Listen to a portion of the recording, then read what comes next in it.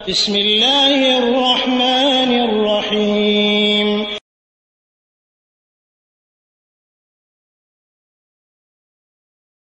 আসসালামু আলাইকুম ওয়া রাহমাতুল্লাহি ওয়া বারাকাতুহু। সাইফুল ইসলাম ভাই কুয়েত থেকে প্রশ্ন করেছিলেন বা জানতে চেয়েছেন যে সালাতের ফরজ সালাতের পূর্বে বা যে কোনো নফল বা সুন্নাত সালাতের পূর্বে নামাজ শুরু করার আগ মুহূর্তে মেশক করার বিধান কি। যে এটা সুন্নাত, রাসূল সাল্লাল্লাহু আলাইহি সাল্লামের সুন্নাত, সাহাবারাও এই আমল করেছেন। আবু হুরায়রা থেকে হাদিস বর্ণিত, বুখারী মুসলিমের হাদিস। রাসূল সাল্লাল্লাহু আলাইহি সাল্লাম বলছেন, লাউলা আন আশুক্কা আলা উম্মতি আও আলা নাস লা আমারতুহুম বিসওয়াকি ইনদা কুল্লি সালাহ।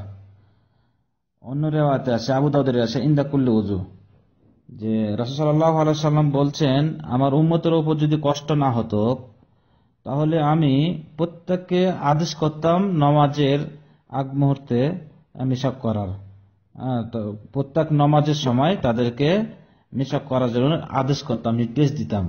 তো কষ্ট হবে বিধায় আমি এটাকে আদেশ করিনি, ছেড়ে দিয়েছি এমনিতেই। তো রাসূল সাল্লাল্লাহু আলাইহি সাল্লাম করতেন।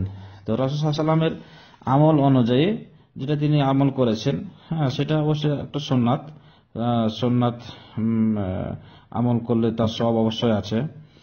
তো এখানে একটু ব্যাখ্যা আছে যে ইনদা কুল্লি উযু আর ইনদা কুল্লি সালাহ, নামাজের মুহূর্তে দাঁড়ানোর সময়, অথবা কেউ বলছে এটা উজুর সময়তে করলে এটার হক আদায় হয়ে যাবে। যে প্রত্যেক উজুর সময়তে যদি করা হয়, উজু করলো, কুলি করলো, মেশক করার পর কুলি করলো, উজু করলো, এরপর নামাজে দাঁড়িয়ে গেল, নামাজে চলে গেল, আর করা লাগবে না।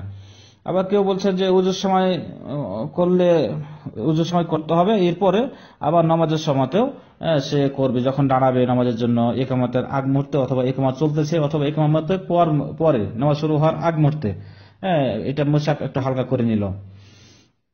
কারণ মেশাকের ফজিলত সম্পর্কে অসংখ্য হাদিস আছে। রাসূল সাল্লাল্লাহু আলাইহি সাল্লাম বলছেন যে মুতাহহারাতু লিল ফাম ওয়া মারজাতুল লির রব, এটা হলো মুখের পরিষ্কার পরিচ্ছন্নতা, মুখের দুর্গন্ধ দূর হয়, আর আল্লাহ সন্তুষ্টি অর্জন হয় মেশাক করলে। তো এই মেশাক আপনি এখানে আলিম উলামা, অধিকাংশ আলিম উলামা বলছেন যে ইনদা কুল্লি সালার ব্যাখ্যা করতে গিয়ে যে নামাজের দাঁড়ানোর আগ মুহূর্তে, করিব মিনাস সালাহ, নামাজের আগ মুহূর্তে এটা আপনি করে নিলেন, তাতে করে আপনার মুখের দুর্গন্ধ দূর হলো, নামাজের আল্লাহর কাছে সেজদায় পড়বেন বা আল্লাহর কাছে কাঁদবেন, আল্লাহর নিকটবর্তী হবেন, আর মুখের বন্ধ থাকবে, এটা হয় না। এমন হাদিস আছে যে রাসূল সাল্লাল্লাহু আলাইহি সাল্লামের থেকে সাহাবারা বর্ণনা করছেন যে রাসূল সাল্লাল্লাহু আলাইহি সাল্লাম এমন মেশাক করতেন, মনে হচ্ছে যে তার দাঁত গালা ছিলে যেত, তার দাঁত গালা মানে ক্ষয় হয়ে যাচ্ছে, এরকমও হাদিস আছে। তো বেশি বেশি মেশক করার কথা বলা হয়েছে। তো এখানে নামাজের আগ মুহূর্তে আপনি করতে পারেন, আবার প্রত্যেক উজুর সময়তে করতে পারেন, তাহলে ইনশাআল্লাহ সুন্নাত আদায় হয়ে যাবে। তবে অধিকাংশ উলামা বলছে যে নামাজের আগ মুহূর্তে ইনদা কুল্লি সালাহ অথবা ইনদা মাআস সালাহ, এভাবে হাদিস আছে যে নামাজের সাথে, অর্থাৎ নামাজের আগ মুহূর্তেও মেশকটা করে নিতে হবে হালকা করে, তাহলে মুখের দুর্গন্ধটা যেন দূর হয়ে যায়। তো আল্লাহ তাআলা আমাদের তৌফিক দান করুক। জাযাকাল্লাহ খাইর।